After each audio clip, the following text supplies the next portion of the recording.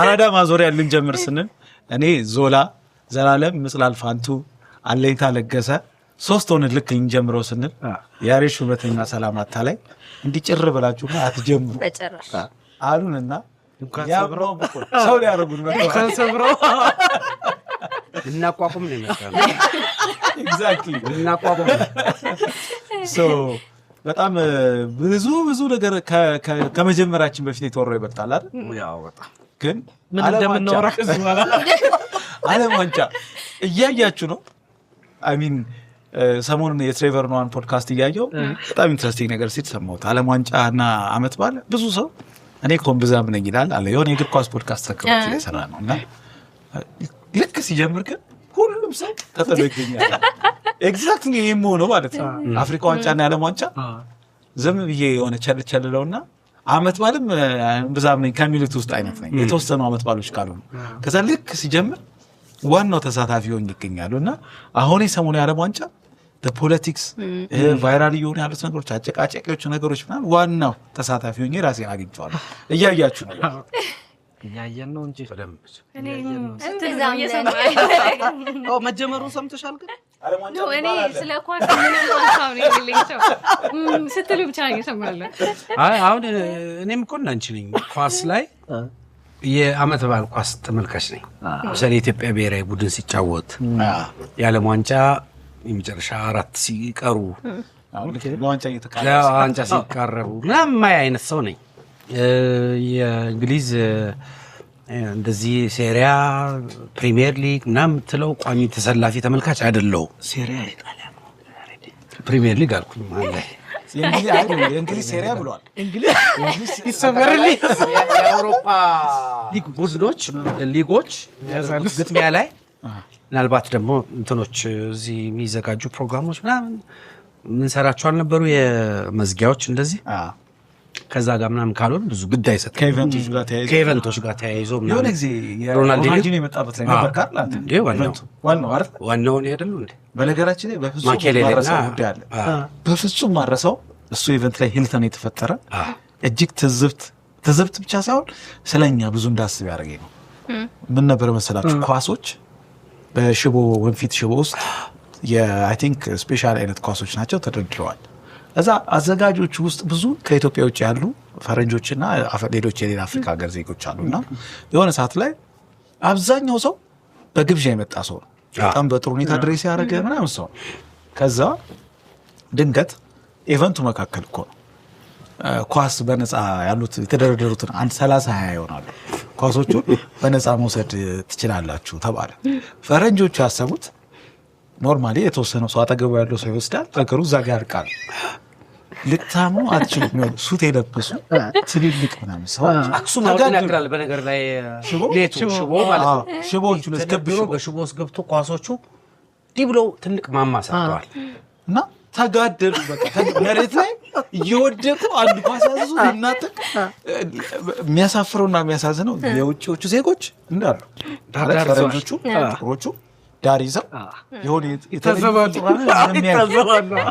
ቀሪው ኢትዮጵያዊ መሬት ላይ ተጋደለው እኮ ነው እና ኢትወስ በጣም ያሳፍራል ምን ፊርማ ነበር እነ ሮናልዲኖ ኳስ የሮናልዲኖ አንድ ኳስ ነበረች በመሃል ላይ እሱ የፈረመባት ኳስ የትኛው ነው የሚለው እድለኛ ሰው ነው የሚያገኘው ኔት ውስጥ ነበር የፈረመው ሰው ሲጋደል የነበረው ሰው ግን የተጋደለው ለማንኛውም ኳስ ለማግኘት ነው ከዛ አብዛኛው ሰው ያንን ኳስ አፎርድ ማድረግ መቻል አይደለም ሺህ ኳስ መግዛት የሚችለው አይናምሽ ምክንያቱም ኢንቫይትድ ሆኖ ከፍሎ ምናምን የገባ ነው the way they dressed ምናምን ዝም ብላ አይተህ እንኳን ብዙ ነገር መገመት ትችላለህ ነገር የገንዘብ ጉዳይ አይደለም የሆነ ያምሩ እና በጣም የሚያሳዝን ነገር እና እኔ ዝም ብዬ ኳስ ጉዳይ ብቻ ወጥቼ ስለራሳችን ብዙ እንዳስብ ያደረገኝ ደግሞ ሁሌ የኛ ባህል ውስጥ እኮ እንግዳ ሲኖር ሪዘርቭነን በጣም እናተም ትንሽ ገርመም አድርገው ምናምን የመጣው ነገር አለ እንግዳ ሲኖር እንደዛ አይደለም እንግዶቹ ረሷቸው ነው ክብሩን ጥሎ ሰርግ ቤት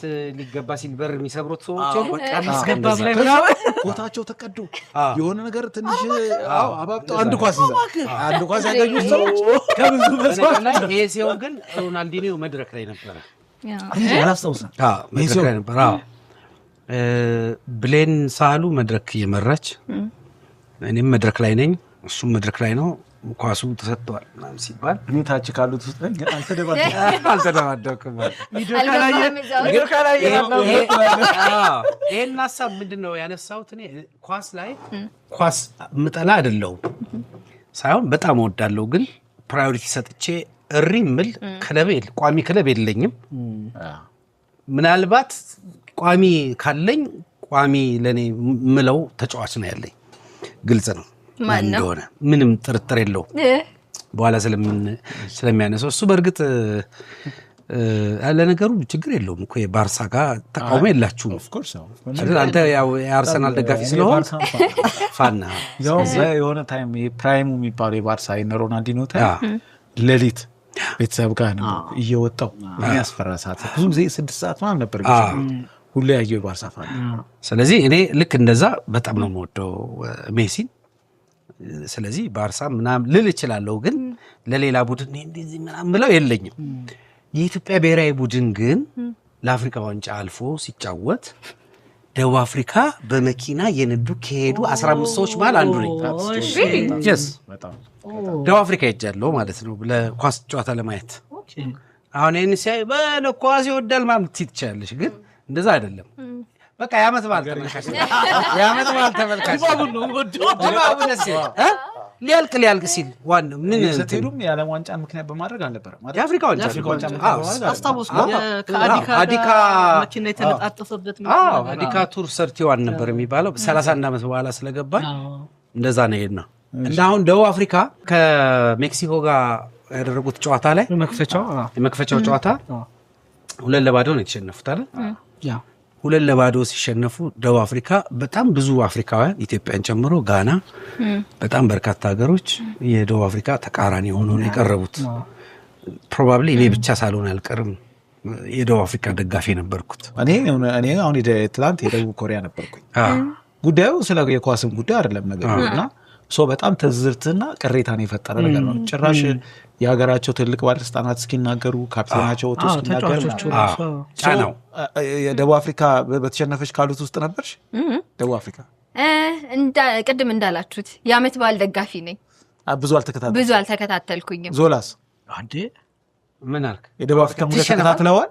ይሄ ኮንትሮቨርሲው ምናምን ሰሪስ የራሴን አሳልፌ በመስጠት አላምንም። ምንም የሚያደርገው ምንም አፍሪካ ከሆነ እኔ አፍሪካ ላይ ያለ ሀገር ነው የምደግፈው። ከረንት ላይ ያለው ሚሹ እንዳለ ሆኖ ዳት ፖለቲክስ በምን ምክንያት እኔ ትላንት ባይቶ ወደ አፍሪካ አለፈች ኦሬዲ አልፋለች። በጣም በሚያሳዝን ሁኔታ ግን ምን መሰለ አሁን ይሄ ነገር ካልተብራራ እንዴት የወገኖቻችንን በደል እንደ መካድ ይቆጠራል ምናምን ብሎ የሚያስብ ሰው ሊኖር ይችላል አይደል? ግን ምን መሰለ ይሄንን ጉዳይ እስቲ እንደው እንውሰደው። በብዙ እንደዚህ አይነት በደሎች ዜኖፎቢያ ከሌላ ሀገር የመጡ እንግዲህ ነጮቹን ወይ ቅኝ ገዢዎቹን አይደለም ሌሎች አፍሪካውያን የኛን ስራ ቀምተውናል፣ ለድህነታችን ምክንያት እነሱ ናቸው፣ ለስራ ማጣታችን ምክንያት እነሱ ናቸው ብለው ነው እንግዲህ ዜኖፎቢያ ሲፈጠር አሁን ቅርብ ጊዜ ያለው ብቻ ሳይሆን ከዚህ በፊትም ተፈጥሯል እና በተደጋጋሚ እነሱ ናቸው የሚወስዱብን የሚል አለ። ይሄ ብሌም ሺፍቲንግ ራሱ የማን አይዲያ ነው የማን ሐሳብ ነው የሚለውን መጀመሪያ ማሰብ ያስፈልጋል። ቅኝ የገዟቸው ሰዎች ጋር አሁንም የተሽቆጠቆጡ ደቡብ አፍሪካን ያውቀዋለሁ በደንብ ነው ማውቀው ሀገሩን ምልሽ በደንብ ነው ስልሽ ቱሪስትም ሆኜ በሆነ ያየሁት ግን ለመታዘብ የሚያመች ነገር አለኝ። አሁንም በአብዛኛው ሴክተር የተያዘው በተለይ የቢዝነስ ሴክተር የተያዘው በነጮች ነው። ደቡብ አፍሪካዊ ባለሀብት የለም። እንደኛ ሀገር ኢትዮጵያ ውስጥ ስትሄጂ ህንፃዎቻችን በሙሉ ባለቤቶቹ ኢትዮጵያውያን ነን። እዛ እኮ እንደዚህ የለም። አብዛኛዎቹ በዜግነት እኮ ደቡብ አፍሪካዊ ናቸው፣ ነጮች ናቸው። በቀጥታ የደቡብ አፍሪካ ጥቁሮች ሌሎች አፍሪካውያን ወገኖቻቸው እንደዚህ እያደረጓቸው እንደሆነ ቢያስብ አይገርምም። ግን እኔ ደግሞ በራሴ ደግሞ አመጣዋለሁ። በራሴ ስልሽ እንደ ሀገር እንደ ኢትዮጵያ በኢትዮጵያ ውስጥ እንደዚህ አይነት በደሎች እኮ አሉ በየቦታው አይደል? ስለዚህ እኛ ኢትዮጵያን ለመፋጀት ነው መምረጥ ያለብን። እንትን ክልል እንደዚህ ሰው ስላፈናቀለ እንትን ክልል እንደዚህ ሰው ስላፈናቀለ ብለን እንትን ክልል አጋጥሞት ክለብ ሌላ ሀገር ቢጫወት ለውጭ ሀገር ልንደግፍ ነው ማለት ነው? እንደ አፍሪካ የአፍሪካዊነት ስሜት ውስጥ ኮምፕሮማይዝ ማድረግ ካለብን ማድረግ ያለብን ፖይንት ነው ብዬ አስባለሁ። ባህሪው እኮ ይሄ የድጋፍ ጉዳይ ጂኦግራፊው በሰፋ ቁጥር ድጋፍ እየሳሳ ይመጣል ለምሳሌ ከክልል ጎረቤት ሀገር ከጎረቤት ሀገር ደግሞ አፍሪካ ከአፍሪካ ደግሞ የሰው ልጅ በሙሉ ሜቢ ደግሞ ያልክ ልትሄድ ይችላል ሶ ተመሳሳይ አይደለም ስሜቱ ለምሳሌ የኢትዮጵያ ውስጥ ያለ የአንድ ክልል ጉዳይና አፍሪካ ውስጥ ያለ የአንድ ሀገርን ጉዳይ እኩል አይደለም እናየው ሁለተኛ ቀጥታ እኛ ቪክቲም ነን ኢትዮጵያውያን በደቡብ አፍሪካ ጉዳይ በመፈናቀሉ ምናምን በርካታ የተሰደዱ ዜጎች ያሉበት ሀገር እንደመሆኑ አንዳንድ ቪዲዮዎችም ደግሞ የወጡ ኢትዮጵያውያን ሲጠቁና የነበሩ ቪዲዮዎች ስላሉ ነገሩ ደቡብ አፍሪካ የዓለም ዋንጫ ላይ የተነሳባት በአፍሪካውያን የተነሳባት ተቃውሞ ዋነኛው ምክንያት ራሱ አፍሪካውያን ላይ ያነጣጠረ ስለሆነ ነው ጥቃቱ አብዛኛው ቻይኒዞች ምናምን ኢንዲያንስ በተወሰነ መልኩ ተጠቅተዋል ግን እነሱ ራሱ ብዙ ንግግሮቻቸው ውስጥ የሌሎች አፍሪካውያንን እንዳጠቁ ያስታውቃል ሶ አንዳንዱ ስሜታዊ ነው አሁን እኔ ሞር የስሜት ጉዳይ ነው ግን ከስሜት በላይ መልእክቱ እንዲደርሳቸው መፈለግ እንደውም ይሄንን ብናሰምርበት ይሻላል መልእክቱ በደንብ የደረሳቸው አይመስልም ሌላው ህዝብ ምን ያህል ይሄ ኮናንተ መልከው ይሄ አብዛኛው ህዝብ ምን ያህል በዚህ ጉዳይ ላይ ኮንሰርንድ እንደሆነ አልገባቸውም የተቃወሙበት ወይም ደግሞ የመንግስት በለው ወይም ሌላውም ህዝብ ይሄ ልክ አይደለም ብሎ ስላልወጣ በቃ መልእክቱ በዚህ መንገድ እንኳን ቢያንስ ይድረሳቸው ብለን ዓለም ዋንጫን በዛ መንገድ ተጠቅመንበታል የሚለው እኔ ይሄን ወስድልሃለሁ ግን ከፍ ያለ ሲሄድ እንትን ይሳሳል የሚለው አይ ቲንክ ለኔ ማለት ነው አፍሪካዬ በየሰምቼ ከመጣው በኋላ አልችልም አሁን መሰለ የኢትዮጵያ ምናም ብዬ እኔ ምንም ነገር ከፍ ያለ ነገር ደስ ይለኛል እኔ በደቡብ አፍሪካ የሚኖሩ ኢትዮጵያውያን በስልክ አነጋግሬያለሁ ሪሊ እሺ ያን ካነጋገርኳቸው ውስጥ የሁሉንም ደቡብ አፍሪካውያን ስሜት የሚገልጽ አይደለም በጣም ጥቂቶች ናቸው ይሄን የሚያደርጉት አብዛኞቹ የደገፉን ሁላችንም እንደዚህ እንደምናስብ ነው የሚያስቡት ልክ ማንኛውም ኢትዮጵያዊ ወይም ሌላው እንትን ሙሉ ደቡብ አፍሪካውያን እንዲህ አይነት ስሜት እንዳላቸው እንደምናስብ ነው የምንሰጣቸው ስለዚህ የተወሰኑ ጽንፈኞች አሉ በእኛም ሀገር በሌላውም ሀገር እንዳሉ ሙሉ ምስል ሆኖ የመጣው ሁሉ ጊዜ ክፉ ነገር ስለሚጎላ ነው ስለዚህ ሙሉ ምስሉን አያሳይም የሚለው ባመዛኝ ነው 4 ልጆች አውርቻለሁ 4ቱም ልጆች የከፋ ነገር ነው ስጋት እንዳለባቸው ነገር ግን አብዛኛው ደቡብ አፍሪካዊ ለማን ነው የምትደግፉት ብያቸው ደቡብ አፍሪካ ነው ያሉኝ ዴቭ ግን ቅድም ያልከው ስጋት ምንድነው መልእክቱ የእውነት እንደደረሳቸው የምታውቀው እንዳልከው የደቡብ አፍሪካ ትልልቅ ኦፊሻልስም እንደገና ደግሞ የብሔራዊ ቡድን አሰልጣኝ ስታፍ ውስጥ ያሉ ሰዎችም ምናምን ለምንድን ነው እኛ ማንደግፈው በአፍሪካ ባጠቃላይ በጣም ያስደነግጥ ነበር ደግሞ የመክፈቻ ጨዋታ ነበር ክፋቱ ከሜክሲኮ ጋር እና ዘይነብ ጥቁሮች በሙሉ ነው ሜክሲኮን ሲደግፉ የነበረውና መልእክቱ የደረሳቸው መስለ በቃ ከደረሳቸው የአፍሪካውያንም ሜሴጅ ይሄ ይመስለኛል አይደ አፍሪካ አይደለም የተሰራው ስራና ይሄ ነው ማለት ጣልተውት አይደለም አፍሪካን ብትደግፍ ችግር የለውም እኮ ግን መልእክቱ መድረስ አለበት አጋጣሚው በጣም የሚገርም እኮ ነው ልብ ካላችሁት ያኔ በቅርብ እንግዲህ ብዙ ወራ እንኳን ያስቆጠረ አይደለም ሌሎች አፍሪካውያንን ሲያሳድዱ ሲያስፈራሩ ቀን ቆርጠው በዚህ ቀን ካልወጣችሁ የሚደርስባችሁን ነገር አላፊነት አንወስድም ወይ ምናምን ሲሉ ሰው ምንም ምርጫ የሌለው ትንሽ እኔ ካንተ የምለየው መሰለ የደቡብ አፍሪካ መንግስት በጉዳዩ ላይ ያሳየው ዳተኝነት ይሄ ባህሪያቸው ነው ዳተኝነታቸው በቀላል የሚታለፍ አይደለም አንደኛ ደቡብ አፍሪካ በዓለም አቀፍ መድረኮች አገሪቷን ፕሮሞት ለማድረግ በጣም ብዙ ገንዘብ ታፈሳለች ምንናየው ብዙ ከሚታወቁ የአፍሪካ ሀገራት መካከል ነውና እንደዚህ አይነት ትልቅ የዓለም መድረክ ላይ በምንም ገንዘብ የማይካካስ የኢሜጅ ዳሜጅ ነው ያስተናገዱት ይሄን ያስተናገዱት ደግሞ ቻለ ስላሉት ትክክል ነው ለኔ የተለያየ ባትል ስለመሰለኝ ነው ሁለቱ በጣም የተለያዩ ነገሮች ናቸው ሶ ድጋፍ በጣም ፖለቲካል የሆነ ነገር ነው አይደለ መደገፍ ሶ የኔን ጩኸት ስላልሰማው የኛን መበደላቸውን ችላ ብዬው አይደለም ምንም ነገር ሀፕን ያደረገ ነው ብዬ ሳይሆን አይ ቲንክ ኦፊሻሊ ለወንድም ድጋፍ የምታሳይበት መንገድ አለ ከዛ ደግሞ ለወንድም ህመም ደግሞ ማዘነን የምታሳይበት የተለየ መንገድ አለ ሶ በጣም ብዙ ፖለቲካል የሆነ ፓወር ያለው ሰው የሚሰራው ነገር ነው ብዬ ነው አንድ ያስቀመጥኩት ሁለተኛው ነገር it's a very political thing አይደለ ለምሳሌ ውጡ ተብለው የኛ ሲገፉ ሶ የኛ መገፋታቸው ስላላመመኝ አይደለም ግን የደቡብ አፍሪካን አለመደገፍ ለኔ እኔ አፍሪካዊም ኢትዮጵያዊ ነኝ ከሚለው ነገር የመጣ ስለሆነ ነው። ሰው የወንድሞቼን ህመም ስላላየሁት አይደለም እነሱም መደግፈው ግን የተለያየ ጸብ ነው ብዬ ስላሰብኩኝ የተለያየ ጸብ ማለት የራሱ የሆነ የሚያገናኛቸው ብዙ ጉዳይ አለ የሚያገናኛቸው በጣም ብዙ ነገር አለ። ሰፖርት በጣም ፖለቲካል ነው። የሆነን ሰው ሰፖርት ስታደርግ የኔነትን የሚያሳይ ነገር ነው። ሰው ያ የኔነት ለኔ ወንድሞች ስለሌለኝ አይደለም የነሱ መጎዳታቸው የኔነት ስላልተሰማኝ አይደለም። ግን ይሄ አዱኑ አሳልፎ መስጠት መሰለኝ ነው። እነሱን ደግሞ የውስጣችንን ጉዳይ በቤታችን አይነት ነው ግን ይሰማና አታርጉ መድረኩን ልክ ነሽ ያልሽው ነገር ግን አሁን ይሄንን መድረክ ወንድሞቻችን ናቸው። ፉትቦል ደግሞ ዓለም ሁሉ የሚያየው ነገር ነው። በጣም ኢንፍሉዌንሻል ነገር ነው። በጣም ተጽዕኖ መፍጠር የሚችል ነገር ነው ዓለም ላይ። ስለዚህ ምን ወዳቸው ወንድሞቻችን ሳውዝ አፍሪካውያኖች ጥሩ ነገር እያደረጉ አይደለም፣ ልክ አይደሉም። ተውም ሲባሉ ደግሞ መንግስትም ይሄን ነገር እያየው አይደለም፣ ኢግኖር እየተደረገ ነው። እዚህ ጋር እኛም ዜጎች እየተጎዱ ነው። ስለዚህ አሁን ላይ የሌላ አፍሪካ ሀገራት እናንተን አንደግፍም ብሎ ሜክሲኮን የደገፈው መልእክት መተላለፍ ስላለበት ነው። ኦኬ ይሄ ሁላ ጎረቤት ሀገራችን እኛን እየደገፉ ያልሆኑት ለምንድን ነው የሚል አይነት ጥያቄ ማስነሳት ይችላል። የዓለም ዋንጫ በአራት ዓመት አንዴ የሚካሄድ ሆኖ ሳለ ደቡብ አፍሪካኖች ደግሞ ያደረጉት በቅርብ ወር የተፈጠረ ነገር ሆኖ ሳለ በጣም ብዙ አፍሪካውያን የእውነት በጣም ያንገበገባቸው ጉዳይ ነው በሁለት ምክንያት።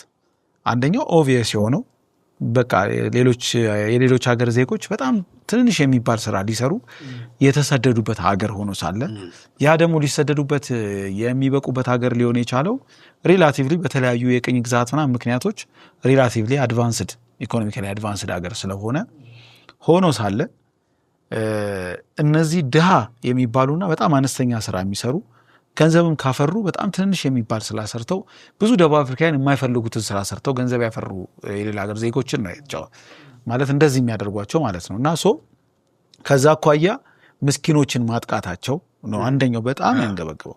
ሁለተኛው ግን ትልቁ ጉዳይ ፊት ለፊታቸው ያለው ዝሆን አለ አይደል የማይካደው ከቀኝ ግዛት ሌጋሲ ጀምሮ የመጣ አሁንም ደቡብ አፍሪካውያን ጥቁር ደቡብ አፍሪካውያን ወይም የሀገር ባለቤቶች የሚባሉ ሰዎች እንደ ሁለተኛ ዜጋ የሚኖሩበት ሀገር ትልልቅ የሚባለው ሀብት ትልልቅ የሚባለው ኪ ነገር በሙሉ በሌሎች አውሮፓውያን ወይም አውሮፓውያን አንሴስተሮች ተይዞ ሳለ ሌሎች ጎረቤት ጥቁር አፍሪካውያንን አታክ ማድረጋቸው ነው ብዙ ሰዎችን ያስቀጣው። የዛሬ ወር ተከስቶ አፍሪካውያን በተለይ የሌላ አፍሪካውያን ሀገር ተንገብግበው ምንም አይነት መድረክ ማግኘት በማይችሉበት ደቂቃ ነው ዓለም ዋንጫ የተፈጠረው። ላይክ ጎልደን የሚባለው ኦፖርቹኒቲ ነው። ማድረግም የሚፈልጉት ደግሞ ማለት ነው እኔ አሁን ሳስበው ደቡብ አፍሪካውያን በዓለም አቀፍ መድረክ ላይ በዓለም ዋንጫ ከዳናቸው ወይም የሆነ አይነት ወገንተኝነት አላሳየናቸው ከሚለው የሚበልጠው የሰዎች ሞት ነው። እነሱ ከፈለጉ ከደቡብ አፍሪካ ዓለም ዋንጫ ለምን ገና የመጀመሪያው ቀን ተሸንፈው ያወጡ ከናካቴው የሰዎች ሞት ከዓለም ዋንጫው በላይ ነው ብዬ አስባለሁ የደቡብ አፍሪካን ጉዳይ። ለእኔ እንደዚህ አይነት ተአምር እግዚአብሔር የፈጠረው ድል አድርጌ የምቆጥረው ድል ነው። በጣም የሚገርም ነገር ሜክሲኮን ራሱ እኮ ፕሮቴስት አድርገዋል እኮ። ይሄ ድል እንዳልከው በአራት ዓመት አንድ የሚመጣ ነው። በጣም ትልቅ ፌስቲቫል ነው። በአራት ዓመት አንድ የሚመጣ ነው። እንደውም ዓመት በዓል በየዓመቱ ይመጣል እኮ። ዓመት በዓል እንደውም የዓመት ጉዳይ ነው። ይሄ በአራት ዓመት አንድ የሚመጣ ነገር ነው። ስለዚህ ትኩረት ሁሉ ወዴት እንደሚመጣ ታውቀዋል። ያንን ቻንስ አታገኘው እና ብዙ እንደ የደቡብ አፍሪካኖቹ ያው አፍሪካን እንደመሆናችን ጉዳዩ ጎላ እንጂ ሜክሲኮውያን ራሱ እኮ የመክፈቻው ጊዜ እኮ የመክፈቻው ጨዋታ ላይ በጣም ብዙ ፕሮቴስት ነበር እኮ ስቴዲየሙ ዙሪያ። ግን እሱ ያኛው እንደዛ ያህል እንትን አላለም። ግን ይሄንን የመሰለ ወርቃማ ድል የትም አታገኘው። ሶትህን ምን የምትወራበት ትልቅ አጋጣሚ ነው። ይሄው ምን መሰለ ይሄ ሐሳብ እኔ የምቀበለው ነው። በደቡብ አፍሪካ ውስጥ የሚደረግ እንደዚህ አይነት መድሎ ሌሎች አፍሪካውያን ወንድሞች ጋር ኦፍ ኮርስ ቁጥሩ ያንሳል እንጂ ሌሎችም ሌላም ያለም ብቻ በሰው ዘር ላይ እንበለው ግን በብዛት ደግሞ የሚበዛው ጥቁር እነሱን የሚመስል ቀለም ያለው አፍሪካዊ ላይ ነው እንደዛ አይነት በደል እየፈጠሩ ያሉት። ይሄንን ሳነሱ ማለፍ አያስፈልግም፣ ምንም ጥርጥር የለው። ተቃውሟችንን እናገራለን ግን እንደግፋቸዋለን አፍሪካውያን ስለሆኑ የሚል መንፈስ ነው እኔ መናገር የፈለኩት። አልፈዋል። አሁን ማለት ለሚያሳዝኑ አልፈዋል ምን ማድረግ ይቻላል? ለሁለተኛው ምድብ ጨዋታ አልፈዋል። እኔ የምገምተው እናንተን ግምት ልታካፍሉ ላይሄዱ እኮ ይችላሉ። ብዙ ርቀት የሚሄዱ አይመስለኝም።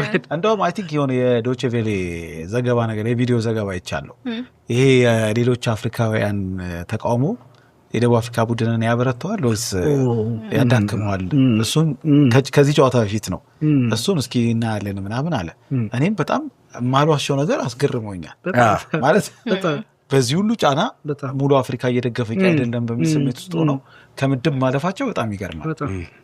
እኔ የምገምተው ግን እስከ ዋንጫ እንኳን ቢደርሱ እና ለዋንጫ ሁሉ ቢደርሱ ብዙ አፍሪካውያን መቃወማቸውን ያቆማሉ ብዬ አላስብም።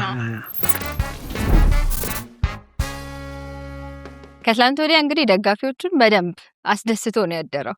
2 ጎሎችን አስገብቷል ክርስቲያኖ ሮናልዶ። አዎ በጣም ደጋፊዎቹ በደስታ ነው ምሽታቸውን ያሳለፉት። ከዛ ከሱ ጋር ተያይዞ እንግዲህ የሜሲ ነገር ይመጣል። ማን ነው አንደኛ? ፉክክር ውስጥ እንገባለን። አንደኛ ነው ሁለተኛ ነው ወደሚለው ማለት ነው።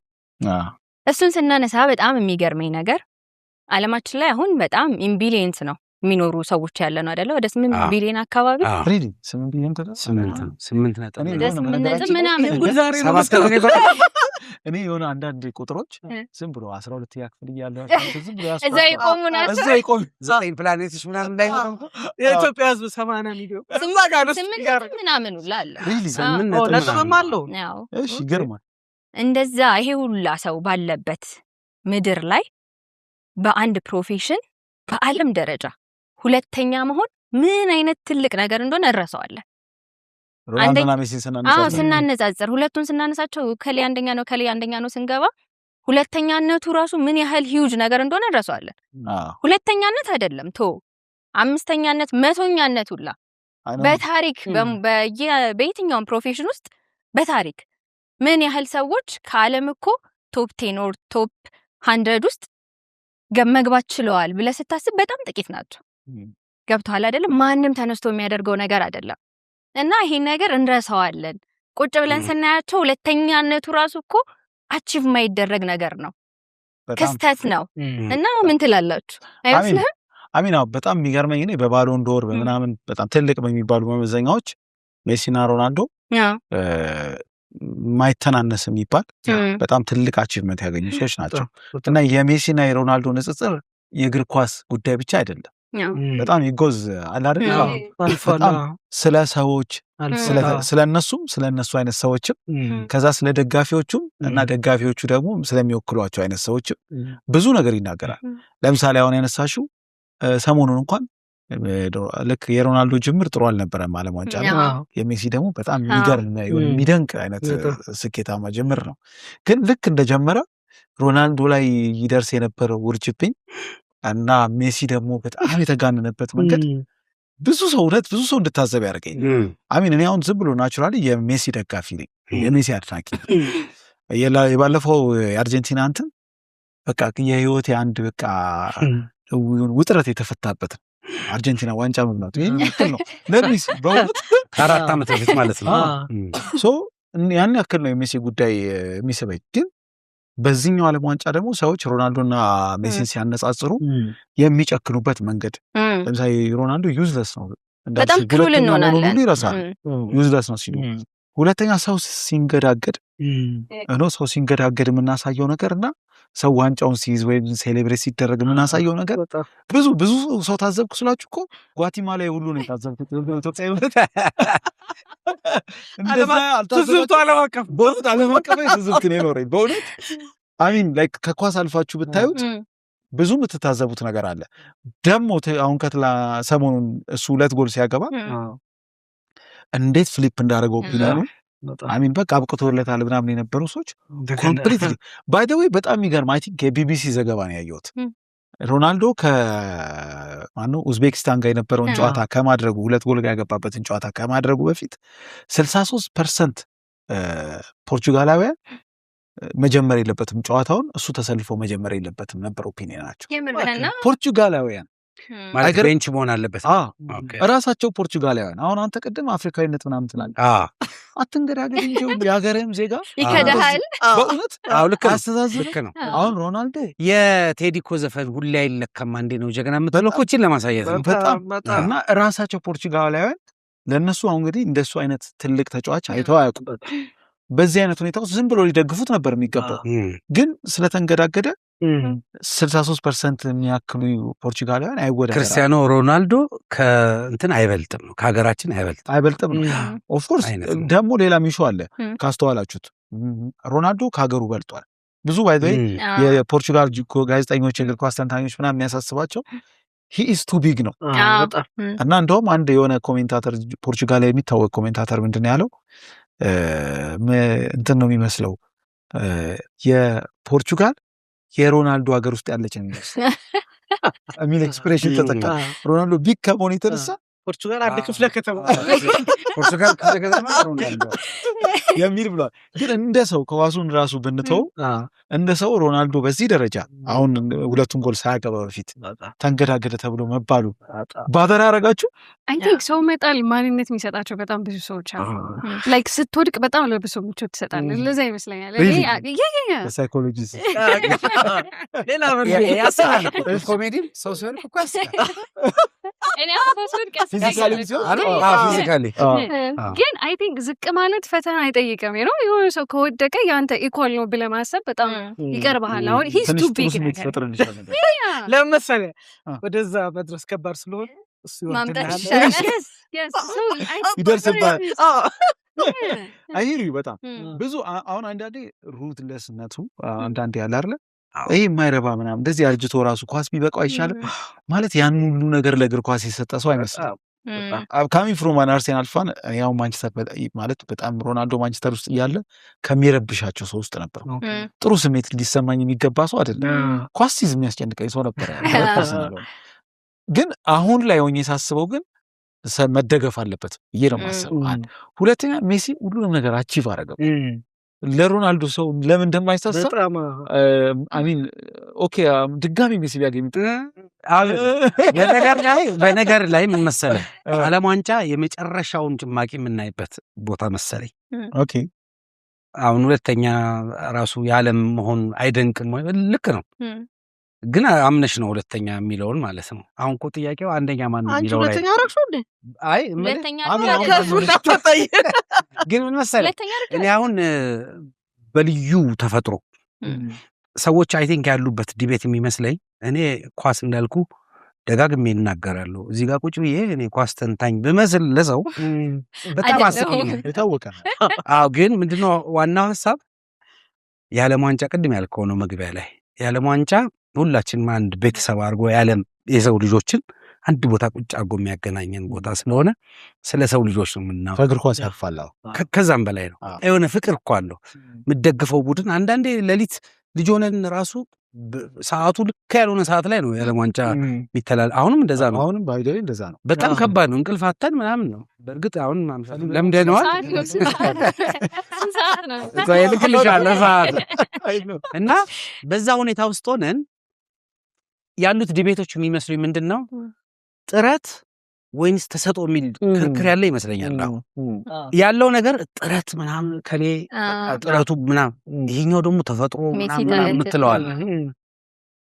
እኔ እውነት ለመናገር ይሄንን ክሬዲት ብሰጥ ደስ የሚለኝ ከኳስ ጋር በተለየ መንገድ በዚህ ዘመን በኳስ እንደ ሜሲ አይነት ተፈጥሮ የሰጠችው ሰው ዓለም ላይ የሰው ልጆች ከሰጡን ተፈጥሮዎች ውስጥ ሊደነቅ የሚችል ተፈጥሮ በእኛ ትውልድ ውስጥ ያየነው ሰው ነው።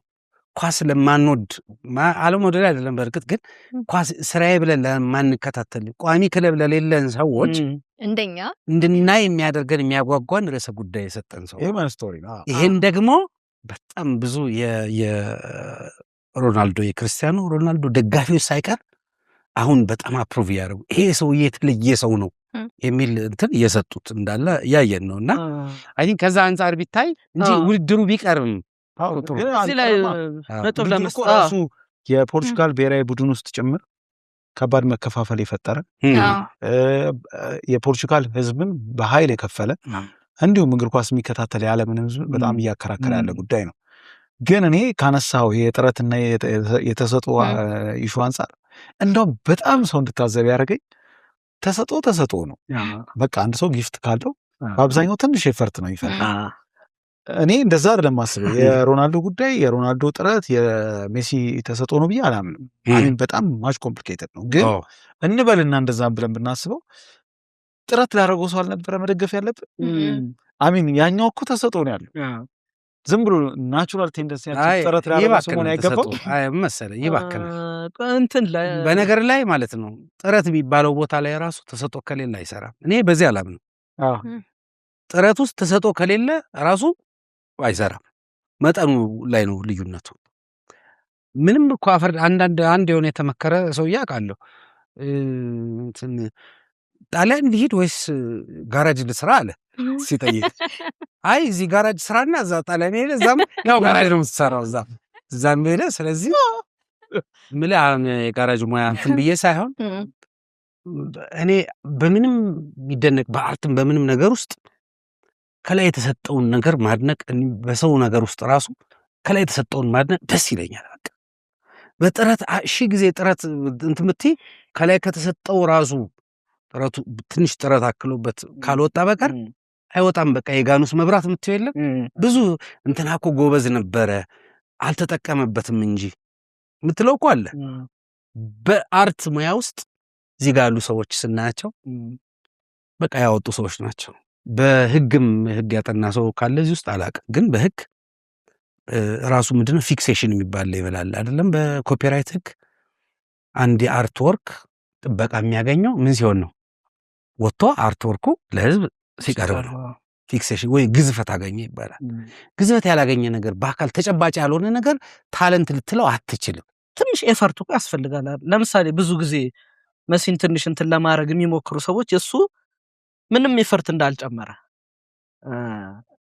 በዛኛው ሳይድ ደግሞ ሮናልዶ ምንም አይነት ታለንትም እንደሌለው አይነት የሚያዩ ሰዎች አሉ። ግን ክርስቲያኖ ግን ምን ይመስለኛል መሰለህ እንደ እግር ኳስ ምናምን ሳይሆን የሰው ልጅ ነው የምልህ የዚህ ዓለም ምሳሌ መሆን ያለበት ሰው ይመስለኛል። በምንም አይነት ፊልድ ብትሄድ ክርስቲያኖ ለምሳሌ እንደ ከሜሲ እኩል አልተቀባም ልንል እንችላለን። ከላይ ለምሳሌ መጀመሪያው አትሌት ቢሊዮነር ለምሳሌ እናንሳ። ስማ ቢሊዮነር ሆነ በጣም ስራው ቀላል ስራ አይደለም። ባይዘው 80 እና 80 ሺህ ሰው 70 እና 80 ሺህ ሰው እንደሚያይ ሰው ገብተህ ዝም ብለህ መስራት አይደለም። ትንሽ ኳስ ተጫውተህ የምታውቀው ከሆነ ልፋቱን በጣም ታውቀዋለህ። ለሊት ተነስተህ ምናምን እንቅልፍ የለም እና እንደ ክርስቲያኑ አይነት ሰው ቢሊዮነር ሆነ እንደዚህ አይነት ለግዠሪ ህይወት ውስጥ እየኖርክ እና ደግሞ ዓለም ላይ አሉ የሚባሉ ቆነጃጅቶችን ለምሳሌ የትዳር እንትኖቹ የነበሩትን ለምሳሌ ትዳር ህጋዊ ባይሆንም ፓርትነሮቹ የነበሩትን ብታስብ ማለት ነው። እነሱን የሞቀ አልጋ ላይ ጥለህ መትሄድ ተነስተህ በረዶ ባዝ ላይ መተኛት ምናምን ነገር ሁሌ የሚነሳል። ለምሳሌ ያ እንደዚህ ያደረገ ቪዲዮ የሚያመጣው ሰዎች ሀሳብኳቸው ታውቃለህ። እና ቀላል ነገር አለ። ይህንን የፖርቹጋል የምን ጊዜም ጎል አግቢ መሆኑ ኤግዛክትሊ ምን ፖርቹጋል ለምሳሌ ብዙ ጊዜ አሁን ምን መሰለህ እኔ አሁን እናንተ በምታወሩት ልክ ኳስን በጣም ነው ሰው የሚስቅብኝ። ገባ አሁን ግን ምን መሰለህ እኔ ግን እንደ ሰው ኖሮ ሰው የሰው ልጅ እንዴት እግሩ ጋር ማለት ተጠልፎ ሳይወድቅ እዛው በእሱን ራሱ እንዴት በጣም በነገር ላይ በጣም ማደንቀው ሰው እኔ የማልችለውን የሚችል ሰው ነው። እኔ አልችልም። የኳስ ሲንተና እኔ አልችልም። ውስብስብ ነው ያደረገው።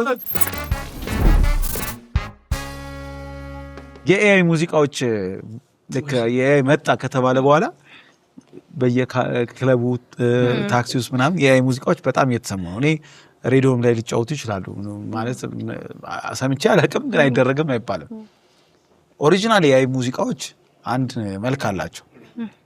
ግን የድሮ ሙዚቃዎችን የኤፍሬም ታምሩን፣ የቴዎድሮስ ታደሰን፣ የጥላሁን ገሰሰን ምናምን በጣም የምንወዳቸውን የድሮ ሙዚቃዎች በኤአይ ሰርቶ ማጫወት እኔ በቃ ቃል የለኝም። ወንጀል በእውነት እውነትም ወንጀል ነው። እኛ ሀገር ያው እንደዚህ አይነት ነገሮችን የማስከበርና ተከታትሎ በተለይ በዲጂታል መንገድ ተቆጣጥሮ የማስቀረት እንትን ስራ የሌለ ነው እንጂ እድል መንገዱ ስራ የሌለ ነው እንጂ እሱን ብቻ ሳይሆን ሞራሊ ወንጀል ነው። ሞራሊ ወንጀል ነው አይነት እና ሶ አይ ሊትራሊ ወንጀል ነው። ወንጀል ግን ሌጋሊ ነው ማለት ያለባቸው መጀመሪያ። ኢሞሽናሊ ሞራሊ በብዙ መንገድ አንዳንዶቹ ዘፈኖች የሆኑ ዘፈኖች አይደለም ኤአይ በእንደዛ አይነት የሆነ ፌክ ድምጽ ቀርቶ ሌላ ሰው ሲዘፍናቸው የሚረብሹ ዘፈኖች በጣም እየተሰሙ ነው። ትክክል ነው። ሶ እንትን ባደር እያደረጋችሁ አይደል እንዴ? ስቲቭ ምን አይነት ጥያቄ ነው? እንደ ሙዚቃ ወዳጅ እኔ እንደ ሙዚቃ ወዳጅ ሙዚቃ ምን ድረስ ሰማዋለሁ መሰለህ? እንደምታውቀው በጣም ኦልድ ስኩል ነኝ። በጣም የድሮ ዘፈን ነው የምወደው። የድሮ ዘፈን ስትወድ አንዳንድ ነገሮች ስህተት እንደሆኑ ታውቃለህ እኮ። ስህተቶቹ ራሱ ምን አይነት ውበት እንዳላቸው ታውቃለህ።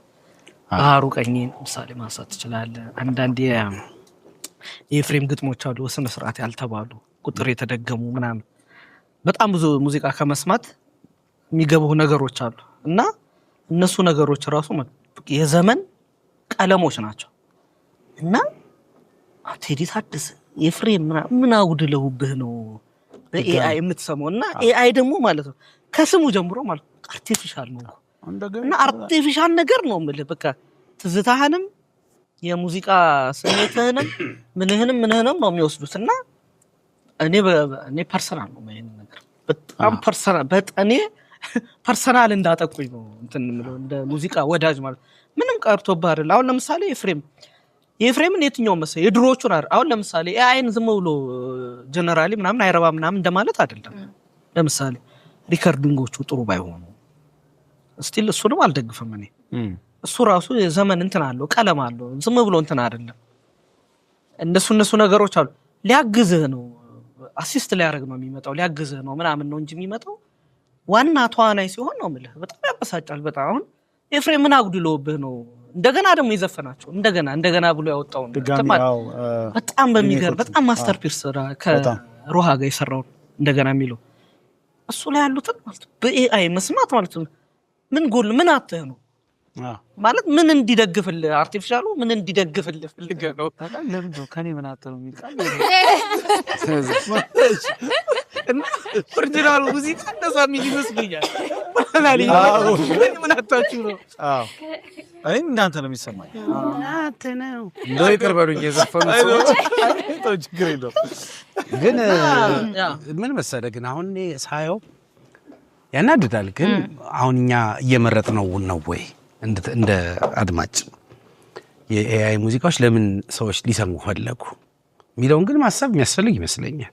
ለምንድን ነው እስቲ ለምን ኢንሳይትስ አሉ ወላ ይኖረኛል። ግን ምንድነው እናንተ ሀሳብ ብታመጡ ደስ የሚለኝ አንዳንድ ሙዚቃዎች ምን ፋሽን ይሆንና የጆሮ መለማመድ ነገር አለ። አንድ የሚገርም የሚያሰጋኝ ነገር ልንገራችሁ በዚሁ አያይዤ። የዛሬ ስንት ዓመት የሰው ለሰው ድራማ ሊሰራ ሙዚቃውን ታደለ ፈለቀ ሙዚቃውን ይሰራ ነበር። በኋላ እሱ ይሁን አይሁን አላውቅም። ኦኬ እኔም አላውቅም። እሺ ግን እኔ ሄጄ እሱ ስቱዲዮ ሙዚቃ ሰማሁ።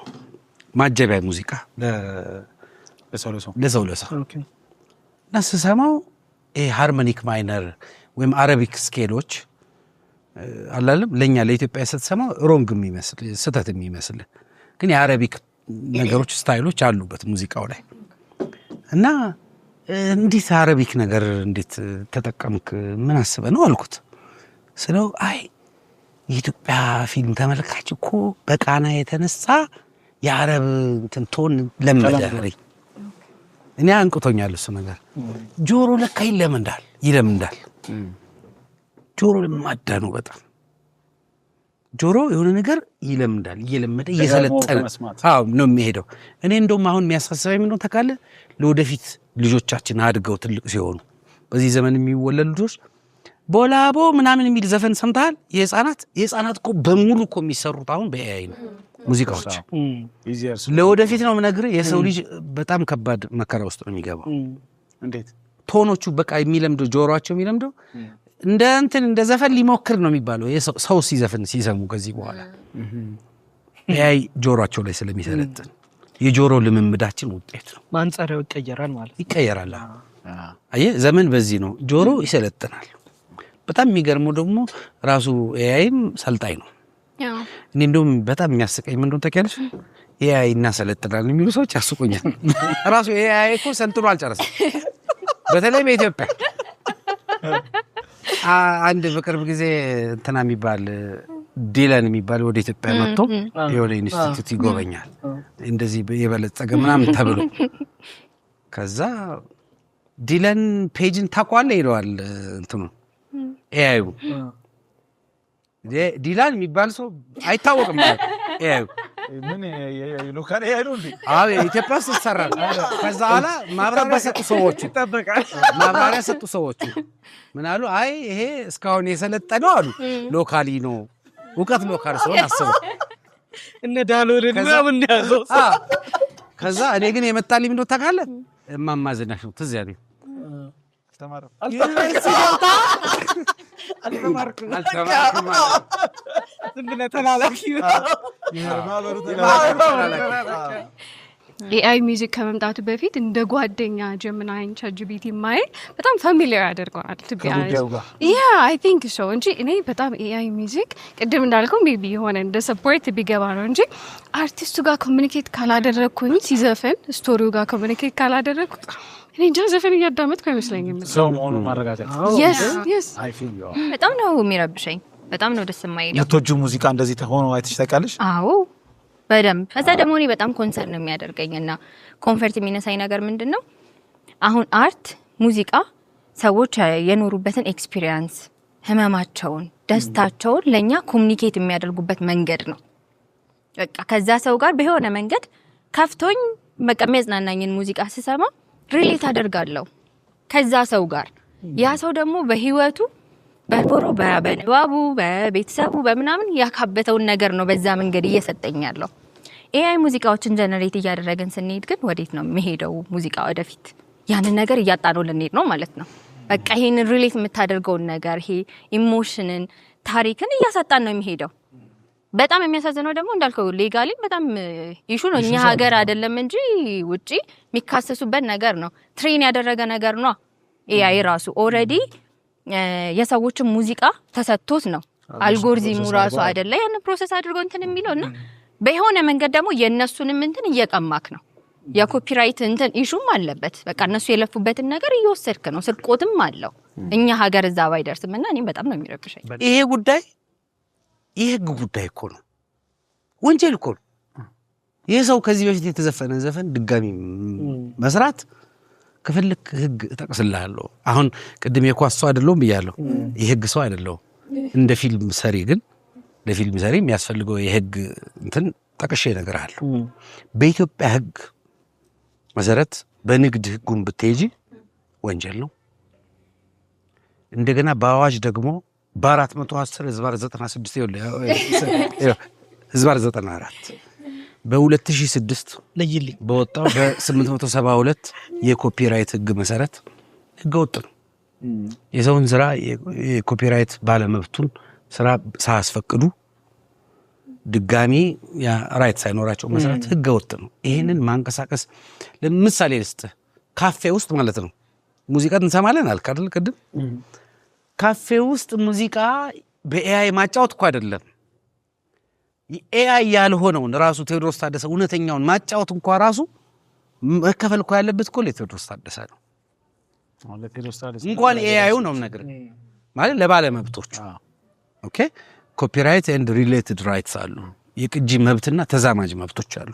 የሁለቱም ባለቤቶች የሚካፈሉበት መጠን አላቸው። ይሄ ህግ በኢትዮጵያ ውስጥ ወጥቶ በ410 ህዝባር 96 ወጥቶ ከዛ ደግሞ በ2006 ህዝባር 94 ነኛው በ2006 ደግሞ 872 የሚባል አዋጅ ወጥቶ እስካሁን ድረስ የሚያስፈጽመው የለም። አዋጅ ወጣ ተብሎም ራሱ የኮፒራይት ሶሳይቲው የት እንዳለ አይታወቅም። አክቹሊ አሁን በጣም ጥሩ እንቅስቃሴ ላይ ነው ያሉት። ግን ሁሌ ጥሩ እንቅስቃሴ ላይ ነው ያሉት እኮ እንትን ነው እንዲያቺ ሰትዮ እንዳለችው ልታገቢ ነው ስትባል ካልታዘልኩ አላምንም ያለች የለች። እኔ ለምሳሌ ጥሩ እንቅስቃሴ ነው ያለው ምለው ሰውዬ ነበርኩኝ የሆነ ወቅት ላይ ማቀው ነገር ስላለ ገባኝ። ሮያሊቲ ያው እነዚህ ጉዳዮች የሮያሊቲ መሰብሰብ ጉዳዮች ናቸው። ሮያሊቲ ሲፈታ መሰብሰብ በጣም ቀላል አይደለም። ባይቶይ ከባድ ስራ ስለፈለጉ ህጉም ስለወጣ እነዚህ ሁለቱ ህጎችም ስለወጡ የሚቻል ጉዳይ አይደለም። ህጎቹ ማድረግ ትችላላችሁ የሚል መብት ነው የሰጣቸው። ግን ለማድረግ ሲያስቡ ማድረግ ደግሞ ሌላ ስራ በጣም ብዙ ከባድ ነው። በጣም ውስብስብ ነገር ነው። ተስፋ እናደርጋለን ሁልጊዜ መቼም በህይወት ለመኖር ጥሩ ነገሩ ተስፋ ነው። ተስፋ እናደርጋለን። ስለዚህ ይሄ አንተ ያልከው ጉዳይ ከዚህ ጋር የሚያያዝ ነው። እኔ ግን ሌላ ነገር ነው የሚያሳስበኝ። ምን እንደሚያሳስበኝ ታውቃለህ? ኤአይ ዳዊት አንስቼልሃለሁ ይሄን ጉዳይ የሶሻል ሚዲያ የማህበራዊ ትስስር ገጾች በጣም በተስፋፉበት ዘመን የካቶሊክ ቤተክርስቲያን አንድ አዋጅ አውጥቶ ነበር። እንዴት ነው አዋጅ ሳይሆን መግለጫ ሰጥተዋል። ሰው እንትንን ይጠቀም አይጠቀም፣ የማህበራዊ ትስስር ገጾችን ይጠቀም ወይስ አይጠቀም፣ በዚህ ጉዳይ ላይ ቫቲካን ምንድነው ውሳኔው ብለው ተሰብስበው አጠቃላይ የሶሻል ሚዲያዎችን ማለት ሶሻል ሚዲያን እንጠቀም አንጠቀም፣ ይሄ እንግዲህ ስንት ዓመት ነው ፌስቡክ ሲመጡ ማለት ነው፣ ሶሻል ሚዲያዎች ሲመጡ ማለት ነው።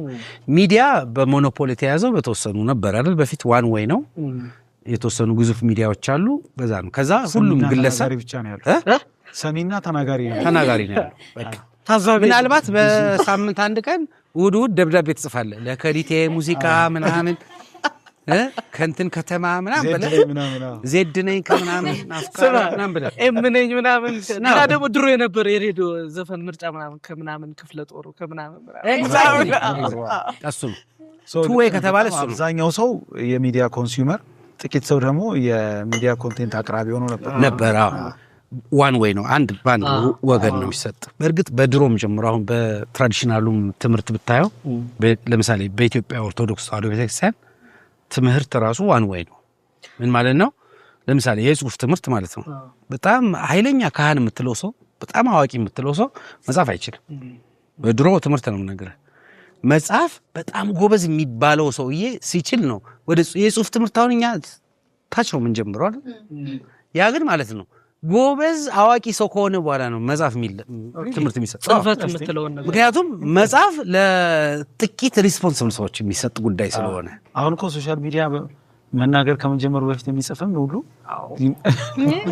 አንድ ጊዜ ምጽፍ ያለው ተገልብጣል ከመውራቱ ስለዚህ እንደዛ ነው የሚዲያ ጉዳይ። እና አሁን ሚዲያ ምን ሆነ? የነበረው ሞኖፖሊ ተገፈፈና ለህዝብ ለሰፊው ህዝብ ጥቅም ሲባል ሰፊው ህዝብ ራሱ እንደፈለገ አድርገው ተብሎ ተሰጠ። እና የእንትኖቹ መግለጫ በጣም ይገርመኛል። ምናልባት ዴቭ ታነበው ይችላል የነሱን መግለጫ እዚህ አለ ይዤዋለሁ። ማህበራዊ ሚዲያ መጠቀም መልካም መሆኑን ወስነዋል የቫቲካኑ። ጥሩ ነው ነገር ግን ይላሉ የሰዎችን የአካል ለአካል ግንኙነት ሊቃወም ሊጻረር አይገባው፣ ሊጎዳ አይገባውም ይላል። ሰዎች በአካል ለአካል ተገናኝተው ቨርቹዋሊ አይደለም ተገናኝተው፣ ስለዚህ በአካል ለአካል ተገናኝተው የሚያደርጉትን ቤተሰባዊነት ስሜት ሊያጠፋ አይገባም ነው የሚለው። ስለዚህ አሁን ኤአይን ስናየው እኔ የማየው ያንን ነው፣ እንደው ያንን የሚያጠፋ ነው። ይሄን ጉዳይ ከዴቭ ጋር ተወያይተንበታል። እንደው ምን አለ እንደው ይሄ እኮ ኢሹ ከኤአይ በፊት ራሱ መቅደም ነበረበት ለሶሻል ሚዲያ ይነበር። እና ምንድነው ፖይንቱ? የኤአይ ጉዳይ እኔ ኤአይን ረግሞ ይጥፋ ምናምን ከሚሉት ወገን አይደለም። ምክንያቱም በመፈክር አይጠፋም መጀመሪያ አንድ፣ ሁለተኛ ደግሞ ማየ መቃወም ማትችው ነገር ምንድነው ማድረግ ያለብሽ?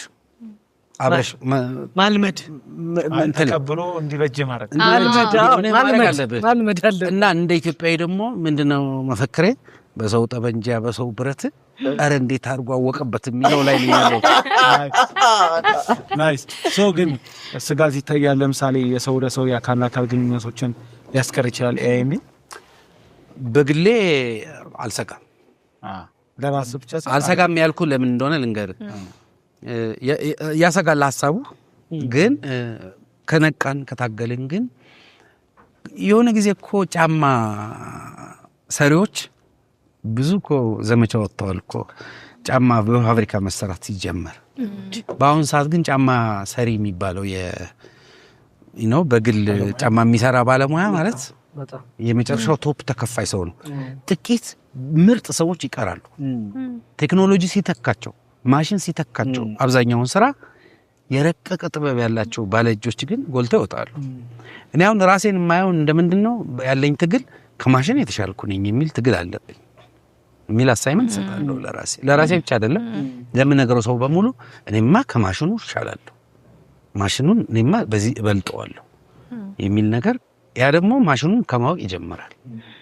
ካላወቅሹ ማታቂው እሺ በውጊያም በምንም ስትሄጂ ትልቁ ጥበብ እኮ ጠላትሽን ማወቅ መጥላት ደግሞ ብዙ ጊዜ እንዳታቂ ያደርጋል። ይሄ ግን ይሄ የሰው ከሰው ጋር ያለንን ሪሌሽንሺፕ እኔ በጣም ያስፈራኝ ነገር ነው። ቢካዝ የተለያየ ቦታ ላይ ነው የሚያገኘን ባይ ዘ ዌይ ሶ እኔ በጣም ብዙ ዋን ኦን ዋን ካውንስሊንግ ሴሽን ላይ የሚመጡ ሰዎች ስለ ኤአይ ጋር ያላቸውን ሪሌሽንሺፕ ሲያወሩ በጣም ስኬሪ ለምሳሌ እዛ ቦታ የሚመጣ ሰው ህመሙን አዳምጦት ወስኖ ለመዳን የወሰነ ሰው ነው የሚመጣው። ሰው ከሰው ጋር ማውራትና በዛ ማሽን ቫሊዴት መደረግ ይለያያል። በጣም ነው የሚለያየው ሶ ያ ማሽን በጣም ሙሉ ሪኮርድህን ነው የሚያውቀው ስላንተ። በጣም ትንንሽ ነገሮችን ያስታውሳል ስላንተ። እሪዘ ማሽን ቁጥር ማንበብ ነው ያለበት። ያሉትን ሪኮርዶች ስላንተ ማንበብ ነው የሚጠበቅባቸውና ቫሊዴት ስትደረግ ሙሉ ነው ቫሊዴት የሚያደርግ ባይ ዘ ዌይ በጣም ስኬሪ የሆነ ነገር ነው። ኤንድ ኢሞሽናል አታችመንት ክሬት ለማድረግ በጣም ኢዚ ነው። ሶ የሆነ ሰው አይቶኛል ብለህ ስታስብ የሆነ ሰው አንደርስታንድ አድርጎኛል ብለህ ስታስብ የሚሰማሽ ኢሞሽናል አታችመንት በጣም የተለየ ነው። ሶ ሰዎችን የተለያየ ቦታ ላይ ነው የሚያገኛቸው። ኢሞሽናሊ ስታዋራው ስታማክረው ምናምን የተለያየ ቦታ ላይ ነው ያለ ነው። ሶ ኢሞሽናል አዌርነሳችን ይለያያል። ምን አይነት ሪሌሽንሺፕ ቢውል እያደረኩ ነው with an AI የሆነ መሽን ጋር ቢውል እያደረኩትን ያለውትን ሪሌሽንሺፕ አላቀው። እኔ በጣም ፕሪቪሌጅድ ነኝ። የሰው ባህሪን በደንብ ለማየት በጣም ፕሪቪሌጅድ ነኝ። በየቀኑ የምሰራው ስራ ስለሆነ it's such a privilege የሰው ባህሪ ላይ ስለራሱ ባህሪ ተሰበርደን it is a privilege አንዴ ብለሲክ ለምሳሌ ከሰው ጋር እኔ ምንም ግንዛቤ ኖሮኝ ሳይሆን ዝም ብዬ እኔ አሁን አንዳንድ ነገር ትንሽ አማክሮኝ ከሄደ በኋላ የምቀበለውን ሸክም አስበውና ይሄንን በብዙ ጥፍ ሳባዛው ከዛ እዚህ ይሄን ጉዳይ ደግሞ የማፍታታት የመምከር ኃላፊነት ሲጨምርበት ከባድ በርደን ነው የሚመስለው። ለምሳሌ ለአንተ የሆነ ራንደም ሰዓት ላይ ነው የሚነግርህ አትዘጋጅም። እኔ ሴሽን ስሰራ ተዘጋጅቼ ነው ፋምናር ኦኬ አልሰራው እዛ የምቀበልበት ቦታ ላይ ካልሆንኩኝ አለኝ የሆነ ስፔስ አለኝ። ሶ አቅሜን አይቼ ነው የምሰራው ላይክ ይሄን ስቶሪ እንትን ለማለት ሶ ሁሌም ደግሞ አትፈታም እኮ ችግር አትፈታም። ስፔስ ነው የምንሰጣቸው ለብዙ ሰዎች። ግን ከሰው ጋር ስታደርገው የራሴ የሆነ የሚያስፈራኝን ፍርሃቴ ምናምን ታየዋለህ። ከኔ ጋር ስትሰራ በቃ ሰላም አትችለውም ማለት ነው ብሎ ማይነግረኝ ስቶሪ ይኖራል። ባይ ዘ ወይ የሆነ እንትን ስላለሁኝ ለምሳሌ የሚይዙት ስቶሪ ይኖራል ስለ ትዳር ምናምን ላይ ነግሩኝ ይችላል እዛ ቦታ ላይ ስለ ወደኔ አይገን በጣም ነው የሚያስፈራው። ሰዎች አንደኛው ኦፕን ይሆናሉ በደንብ ምንም አይገምት ኦልሶ ስፔሻሊ ChatGPT ምንም ሰው ገድዬ መጥራት ራሱ ሰላም ልክ ነሽ ነው የምትለኝ። ሶ እኔ በተቻለኝ አቅም እንደም ነግራታለሁ ምትለኝ ቪዲዮ ለየንትኑ ነው በጣም እንትን ነው ሞር የተናገርሽውን ነገር ኮንፈርም ነው ዝም ብሎ የሚያደርገው። yes but እኔ ደግሞ በጣም ብዙ ጊዜ እላታለሁ ጀጅመንታል አይደለም ነው ቫሊዴት ጀጅመንታል ማለሞን አጥፍታል ምናምን ብሎ ብዙ ፍርድ ለመስጠት ሊሆን ይችላል። ይሄኛው እኮ በሁሉ ጉዳይ ላይ ተስማምቶ ልክ አይ ቲንክ የሰጠሽው ላይ እሱን እያመቻመቸ ነው የሚሰጥሽ እንደገና እሱ ምንድነው ይሄ ፌክ የሆነ ዶፓሚን ይሰጣል። ሶሻል ሚዲያ ስክሮል ስታዩ በጣም ፌክ የሆነ ዶፓሚን ይሰጣል። በአንድ ሰዓት ውስጥ ብዙ ደስታ የምታገኝ ይመስላል። that's a fake dopamine like natural አይደለም ዶፓሚናችን። ከሰው ጋር ስታወራ በጣም አንደርስቲሙሌት አትሆንም። ከሶሻል ሚዲያ ስትመለስ talking to የሆነ ሰው ጋር ዋና ማውራት በጣም አንደርስቲሜት በጣም አንደርዋልሚንግ ነው። የሆነ ኤክሳይት የሚያደርገኝ ነገር አለ። ሶሻል ሚዲያ ግን በጣም ብዙ ኤክሳይት ያደርጋል። ሶ አይ ቲንክ ኤአይ ያለንን ሪሌሽንሺፕ ከሰው ጋር ያለንን ሪሌሽንሺፕ አፌክት ያደርጋል። ሶ ፕሪዲክት አድርጉ ብትባሉ ከሙዚቃ አኳያ አሁን የሚመጡት 10 ዓመታት ላይ ኤአይ መጥቶ ምን ይፈጥራል ብላችሁ ታስባላችሁ? እያንዳንዳችሁ ፕሪዲክሽን ያጨማልቀዋል ኤአይ? አዎ አሌስ በጣም ስጋት አለ። እኔ ለሙዚቀኞች በጣም አስጨናቂ ሁኔታ ውስጥ የሚከታቸው ይመስለኛል። ምክንያቱም አሁን ቁጥሩን በጣም በብዛት ፕሮዲዩስ መደረጉ አይቀርም። ሰዓት በጣም ትንሽ ነው የሚወስደው፣ ሪሶርስ በጣም ትንሽ ነው የሚወስደው። ስለዚህ የምናገኛቸው ሙዚቃዎች በጣም ይበዛሉ እና ለሙዚቀኞቹ በጣም አስጨናቂ ሁኔታ የሚፈጠር ይመስለኛል። ኤአይን ስላወገዝከው አይቀርም በድምጽ ብልጫ እናሸንፋለን እያልክ አታሸንፈው። ውስጡ ግን ያለው ትግል ምንድን ነው የሚለውን ግን አንደርስታንድ ማድረግ ያስፈልጋል። ፕላስ ደግሞ አንዳንዱ የህግ ጉዳይ ከሆነ ይሄ በህግ መንገድ የሚፈታው የህግ ሰዎች የያዙት ብለህ ትተዋለህ። አንዳንዱ ጉዳይ ደግሞ እኛ ከሆነ መንቃት ያለብን መንቃት አለብን። እኔ ለምሳሌ ለራሴ ትምህርት ወስጃለሁ። ምንድነው በፍጹም በኤአይ ተማርኬ የውስጤን ትግል ማጣት የለብኝም የሚል ውሳኔ ወስኛለሁ። የውስጤን ትግል ማለት ለአርት የማደርገውን መንገድ በፊት የነበረውን ትግል ሊያሳንስብኝ ሊያቀልብኝ አይገባም። በቃ እና ሃርድ ዌይ እሄዳለሁ እና እሱንም ማድረግ የምችል ይመስላል እያደረግኩት ነው።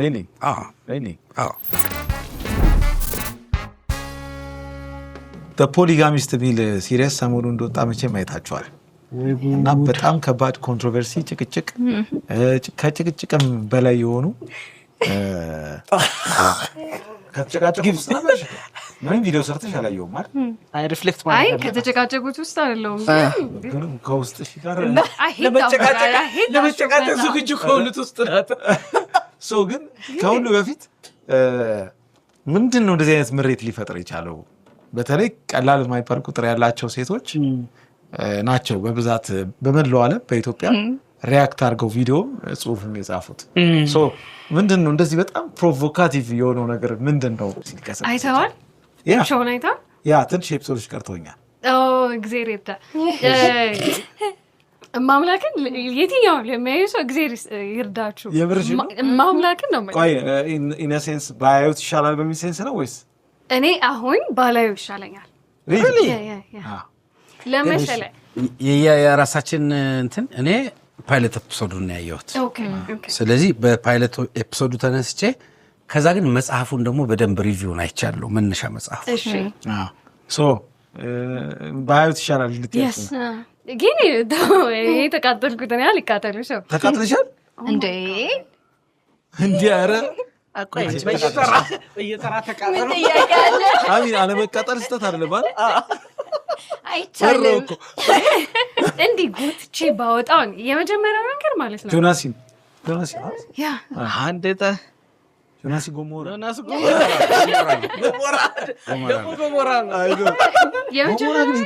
የመጽሐፉ እንትን ጎሞራ ነው ኢንቴንሽናል ነው። ከመጽሐፍ ቤዝድ እንደሆነ አንብቤያለሁ አይቻለሁ። መጽሐፍ ነው ከመጽሐፍ ላይ የዚምባብዌ መጽሐፍ ነው። የዚምባብዌ መጽሐፍ። እሺ ካራክተሩ ካራክተር አይደለም ሰው ነው። እሺ የመጀመሪያው ነገር ማለት ነው ስለ ፖሊጋሚ አይደለም። ፖሊጋሚ ማለት ከአንድ በላይ የህይወት ፓርትነር ያለው ሰው አይደለ? እሱ የሚሄድበት ርቀት ግን ኢትስ ዘ ፓወር ዳይናሚክ። እድሜ ልካችን እንደ ሴት ሲጫንብን የነበረውን ፓወር ዳይናሚክ በጣም ኖርማላይዝ ለማድረግ የወጣ ነገር ነው። ሲኒማ እስቱ ፓወርፉል። ለምሳሌ ከእናንተ ፊት አሁን ስለ ፊልም ማውራት ከእናንተ ፊት ስለ ፊልም ማውራት እንደ ተመልካች እንደ ሴት በተለይ እንደ ፌሚኒስት ነው ይሄን ምለው ባይ ዘ ወይ ይሄ ደጋግሞ ተናግረው በቃ ስልችት ያሉን ስቶሪዎች አሉ። ሴት ልጅ ለማይጠቅማት ወንድ ፓወር እስካለው ድረስ ድጋሜ እድል ትሰጠዋለች የሚባሉ በጣም ብዙ ትርክት ሰምተናል። ፖሊጋሚ ቢሆን ኖሮ አሁን ስቶሪው በጣም ብዙ ሚስት እንዲኖረው ፈልጎ ቢሆን ኖሮ ከርዕሱ አንጻር አሁን ዋች ግን ይሄ ምንድነው የሱ ፓስ የመጀመሪያው ነገር ፓወርፉል ነው፣ በጣም ሀብታም ነው። ኤንድ እድል የምትሰጠው ሴት she's too smart እንደዚህ አይነት እድል ለመስጠት ደጋግማ ይሄ የምትሰጠው አማራጭ ስለሌላት ነው የምትለው ሴት አይደለችም እድል እየሰጠችው ያለችው። ኤንድ እንዴ ስዋይ ሰለችው ማን ስቶሪ ሁሌ መኖርና ሴት ልጅ በጣም ፓወርለስ አድርጎ ነው የሳለው ስቶሪውና በሷ ውስጥ በጣም ፓወርለስነስ ተሰምቶኝ ነው ያየሁት በደም and that power dynamic ተደጋግሞ መጥቷል ነው እድሜ ልካችንና እንደ ሴት እንደ ፌሚኒዝም we have come so far እንደዚህ አይነት ፓወር ዳይናሚክ ላይ ድጋሚ እድል ተሰጥቶት በደንብ እስኪታይ ድረስ we have come so far ይሄ ነገር ድጋሚ ኖርማላይዝ እንዲደረግ አንድ ሾው እድል ለመስጠት ነው ማለትና መታየቱም ፕሮብሌም ነው። yes መታየቱ ሳይሆን the whole story አሁን ፖሊጋሚ ቢሆን ፖሊጋሚ አውድ ባይት እኮ ግን እሱ that's the power dynamic ባላንሱ አለ የመጀመሪያው ነገር። ሁለተኛ every time ወደ ሌላ ሰው ሲሄድ የሚሄድባቸው ሰዎች ይለያያሉ።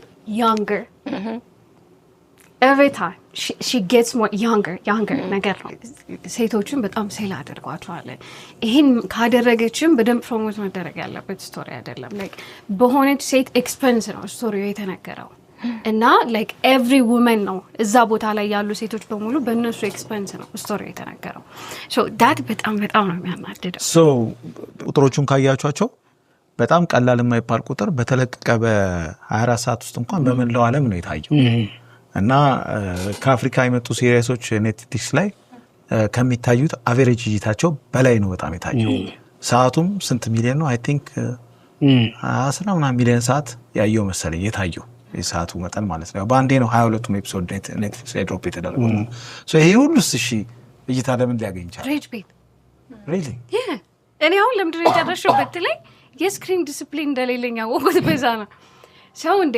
ላለማየት ማለት ነው 16ኛው ኤፒሶድ ላይ አቆምኩኝና በቃ ወክ ላደርግ ላይክ በጣም ሲደክመኝ እተኛለሁ ሳላየው ብዬ ወክ አደረግ በጣም ስላንገፈገፈሽ ላይክ በቃ መጨረስ አልፈለኩም አይ ጋት ሶ ትሪገር ስመለስ like አውቶ ሪስፖንስ ነው ያደረኩት ነው ማለት ሰው ሬጅ ቤት እኔ ያየሁት ለዛ እሺ ወባዩ አብዛኛው ባለችው ነገር እስማማለሁ በጣም በቃ ቀጥልም ያደርግ ለምንድነው ያያለሁትኝ እላለሁ ለራሴ ማለት ነው ከዛ በኋላ ግን አየዋለሁ ቀጥለው እያየሁት ነበር ደቂቃዎቹም አጭር ናቸው usually የሲትኮም ካራክተር ያላቸው ከዛ በኋላ ደግሞ በቃ እሺ ምን ሊገጥመው ነው እሺ እነሱ ምን ሊያደርጉ ነው የሚለው ነገር በጣም እንትን ይልሃል በቃ በጣም ንዴት ውስጥ የሆነ አይነት እንትን ውስጥ ስለሚከት ያንን ለማየት ተጓጓለ ከዛ እንዳለችው ስለ ፖሊጋሚ አይደለም the manipulation the lies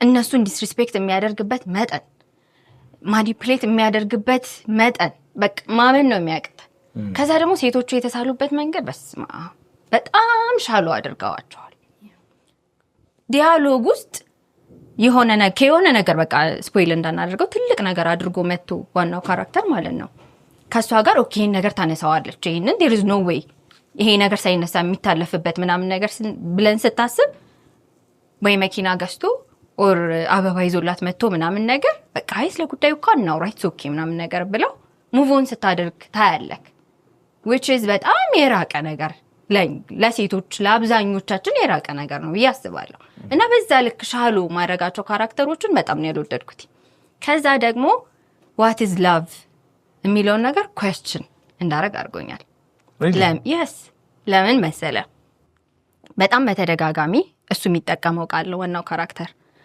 I love you እኮ ለዛ ይሄን ላይ ያረኩልሽ ነው ይላል ከዛሳ ያሉት ሚስቶችም አብረውት ለመቆየታቸው እንደ አንድ ምክንያት I love him የሚለው ነገር ይጠቅሱታል በተለያየ መንገድ ማለት ነው ስለዚህ what is love እስከምን ድረስ ነው love ራስን እስከማጣት ልጆችን ማይድኑበት አይነት ሰቀቀን ውስጥ እስከመክተት ከዛዛ ደግሞ ለምናደርጋቸው አክሽኖቻችን እንዳለ ፍቅር የሚል ስያሜ ከሰጠነው is it okay like እኔ የመሰለኝን ነገር እያደረኩኝ መጥፎም ነገር እየሆነ ግን ለፍቅር እኮ ነው ያደረኩት ካልኩኝ that's okay that makes it okay የሚል አይነት ጥያቄ ውስጥ ይፈጥሮብኛልና ፍቅር የሚለው ነገር ራሱ እስከት ድረስ ግን ርዕሱ ከፊልሙ እንደውም አንድ እኮ በብዛት እኔ እንትኖቹን አይቻለሁኝ ብዙ በዚህ ጉዳይ ላይ ተጻፉትን ብዙ ተቃውሞ የተነሳበት ራሱ ፖሊጋሚ እንደውም በስምምነት የሚደረግ ሌሎቹ የትዳር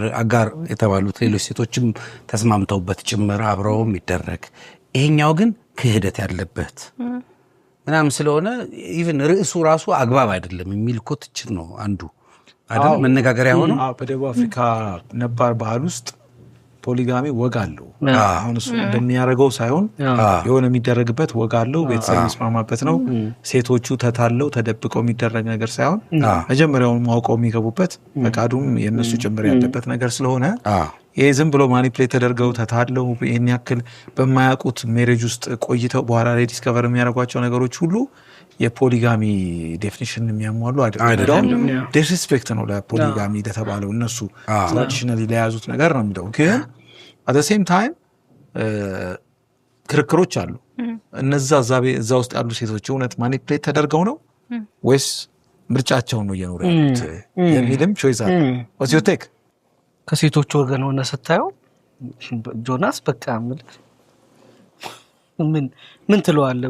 የበደሉ አከፋፍ በጣም የተሳለበት ምናምን እንግዲህ በጣም አስቀያሚነቱ እና ደግሞ እንዴት ማኒፕሌት እንደሚያደርጋቸው ሴቶቹ ፓወርም በለው ያው ማኒውም ነው ስልጣኑ ምንም ያው ፓወር ውስጥ ፓኬጅ ውስጥ የሚገባ ደግሞ ከዛኛው አንግል ሆነ ደግሞ ስታየው ማለት ነው የሴቶቹ ድክመት ለምሳሌ ቅድም እንዳልነው ማቲፓናት ምናምን የምትባለው በቾይዝ ነው የተቀመጠችው እና ደግሞ ፈቃደኛ ሆና ሁለተኛ ሚስት ለመሆን እና ደግሞ የመጀመሪያ ህጋዊ ሚስት ምንላት ጆይሲ ናት ማናት ያንን ሁሉ ታሪክ ካወቀች በኋላ ማለት ለምንድን ነው የምትቀመጠው? ሲጀመር ጆናስ የሚባለው ዋናው ገጸ ባህሪ ማለት ነው በሷ ቤተሰቦች ምናምን አይደለ ያዘውን ካራክተር ያዘው ማለት ነው ማለት ተለይተው ብትሄድ ምንድነው የሚቀርባት? ፓወርፉል ናት በሶሻል ሚዲያውን ብታየው ከሀብትም ከእንትንም አንጻር ምናምን ቀላል ሰው አይደለችም ብትሄድ ከግማሽ በላይ እዛ የምትሄድ አይነት ሰው ናት። እንደውም እሱ ነው እንትኑን የሚያጣው ፓወሩን በጣም የሚያጣው። እንደውም እንደ ሴት ብታስበው እሷ በጣም ስትሮንግ ነው የምትሆነው እንትኑን ከፍተኛውን እንትን ይዛ የምትሄደው እሷ ናት በምርጫ ነው። ያቺ ኤሴ የምትባለው የመጀመሪያ የነበረችው አትለው በኋላ የወንድሙ እንትን የተባለችው ማለት ነው እሷ ራሱ ማለት ነው በምርጫ እንዴት 20 ዓመት ሙሉ እንትን በማኒፕሌሽን በጣም እና ደግሞ እያስመሰልክ እንዴት ትኖራለህ? አራት ማኒፕሌሽን እና 20 ዓመት ማለት እንዴት እንደዚህ ትፈቅዳለህ? ሶስቱም ነው የምልህ በምርጫ ተቀምጦ ፓወርፉል ኢዝ ማኒፕሌሽን በጣም ምን ስለሆነ ነው እሱ እንደዚህ ማኒፕሌት የሚያደርጋቸውና እንዴት አንዳቸው እንትን አይኖራቸው? እንዴት አንዳቸው ፓወርፉል አይሆኑ? እያስቆጣኝ ነው ባይዘ እኔ ራሱ ለምን እንጂ ምን አሁን ከሴቶቹ አንግል ስታዩ ማለት ነው ሁሉም ምሳር የሚያልፈው እሱ ላይ ነው። ከዛ አንግል ስታዩ ነው የምልህ ሶስቱም እንዴት ተመሳሳይ ቾይዝ ይመርጣሉ? አንዳቸው እንዴት ሪቤል ያደርጉ? የዛችኛው የሚከፋው ደግሞ 20 ዓመት ከወንድሙ ጋር ፕሪቴንድ እያደረገች ያችኛዋ ፈቅዳ ገብታ ከዛ በልጅ የምትያዝ ያችኛዋ ደግሞ ምንም ባላጣችሁ በሷ በቤተሰቦቿ ንብረት ሀብታም የሆነ ሰው በቤተሰቦቿ ንብረት ሰው የሆነ ሰው ፈቅዳ ጭራሽ ደግሞ ሁለተኛ ሚስት አምጣውላ ቤቷ ፈቅዳ ማለት ነው።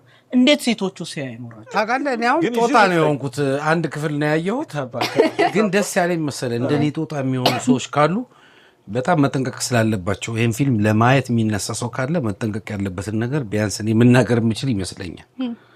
ከቤተሰብ ጋር የሚታይ ፊልም አይደለም። ምን ማለት ነው? በጣም ልቅ የሆኑ ነገሮች በመሃል ብቅ የሚሉበት ደግሞ ይሸውዳል። እንደ ሪሞትን ይዘህ እንኳን የምትጠብቀው አይደለም ድብቅ ብሎ ሁሉ ሲሄድ የማይሆን ነገር ነው የሚያደርገውና ብዙ እያነሳሳል መታየት መነጋገር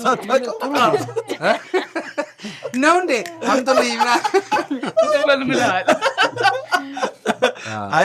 ግን በጣም ጥሩ ፊልም ነው እያልንም እንዳይመስል ያስፈራል። ሬቲንጉ ቀጥታ ከሬቲንጉ ጀምሮ በጣም ጠንካራ ሬቲንግ ያለው ፊልም አይደለም። ዓለም ላይ መነጋገሪያ ሆኗል። አት ዘ ሴም ታይም ግን በእንደዚህ አይነት ነገሮች ሰፈር እያደረጉ ያሉ በጣም በርካታ ትዳሮች እና ሪሌሽንሺፖች እንዳሉ ምንም ጥያቄ የለም እና ቢያዩት ብዙ ነገር እንዲያስቡ ራሳቸውን በዛ ውስጥ እንዲያገኙ ውሳኔዎቻቸውንም አኮርዲንግሊ እንዲቃኙ ይረዳቸዋል ያስባሉ። በተለይ አንዳንድ እንዲህ አይነት ሪሌሽንሺፕ ውስጥ ሆኖ እንዲህ አይነት ትዳር ውስጥ ሆኖ ጉልበቱን ያጣሰው ያን ሲያይ መቋቋም የምትችል አይመስለኝም። ያን ስታይ እሷ ራሱ የዛ ነገር አካል ሆና ራሷን ብታየው በሁለት መንገድ፣ አንደኛው ትዳር ውስጥ ሆኖ በዚህ ደረጃ የሚበደሉ ሰዎች፣ ሁለተኛ ከትዳር ውጭ ያለ ሪሌሽንሺፕ ውስጥ ሆነው ትዳር ውስጥ ያለ ሰው ጋር ሪሌሽንሺፕ የመሰረቱ ሰዎች ሁለቱም ብዙ ነገር እንዲያዩ ያደርጋቸዋል ብዬ አስባለሁ። እኔ የፊልም ዲስከሽን ፓርት መሆኔ ብቻ like I'm happy to exist እዚህ ቦታ ላይ ግን ሴቶች ማኒፑሌትድ ሆነዋል ስንል አቅመ ቢስ ናቸው ብዬ አላስብም። እኔ በጣም ብዙ ብሌሚ እሷ ነው። በተለይ ደግሞ የልጆች እናት ሆና እንደዛ ማድረጓ ላይ እናት አይደለሁም ግን የሆነ ሰው ምንም ሳይሰራ እዛ ሁሉ ማቅ ውስጥ መክተት ሰው በመሆን ብቻ የሚሰማ ነገር ነው። መውጣት የምትችልበት በጣም ብዙ አማራጭ ነበራት። ራሷን ማትረፍ የምትችልበት በጣም ብዙ አማራጭ ነበራት። ማኒፑሌሽን ነበር ማለት ሙሉ ለሙሉ ራሷን ነፃ የምታወጣበት አቅም አልነበራትም ማለት አይደለም። የተለያዩ ቶፒኮች ናቸው። it's just ከነበረው ቶፒክ ጋር ከነበረው ህመም ጋር ኮምፔር ስታደርገው ያን ኤክስኪውዝ ታደርገዋለህ ነገር ነው። if that makes sense. Great. So ያለውን ማለት አይታችሁ ግቡበት።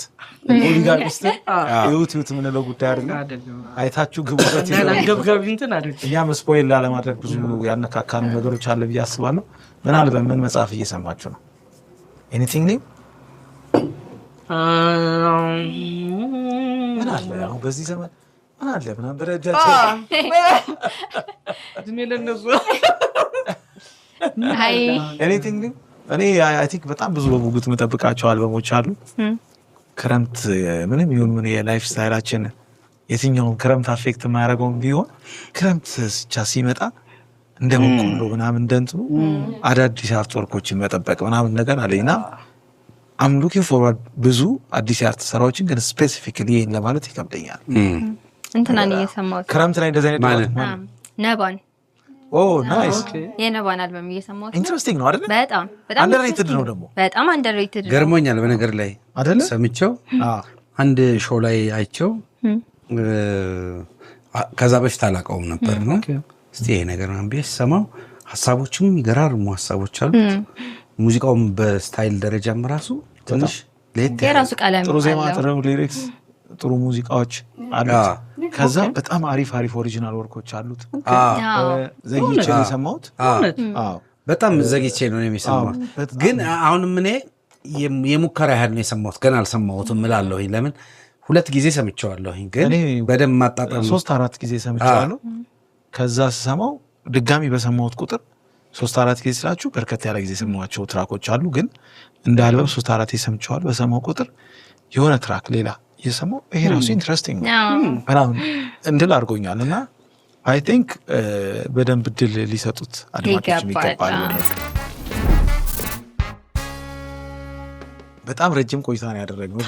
ቆይታ ማለት አይመስለኝም። አይ ቲንክ በጣም የሚገርም ቆይታ ነው የኖረን። የመጀመሪያ ፕሮግራማችሁን እንዲሁ ጭር ብላችሁ አትጀምሩም ብሎ ሊያሟሙቁልን የእውነትም ያሟሙቁልን ሰሊና ሬዶን በጣም እናመሰግናለን። እንደሚለምድባችሁ እናምናለን። መቼም እንደዚህ ገፈታትራችሁ አደፋፍራችሁንም እስካሁን ግን ፕሮግራሙን ስሙን አልጠራ ነው። አራዳ ማዞሪያ አራዳ ማዞሪያ ነው።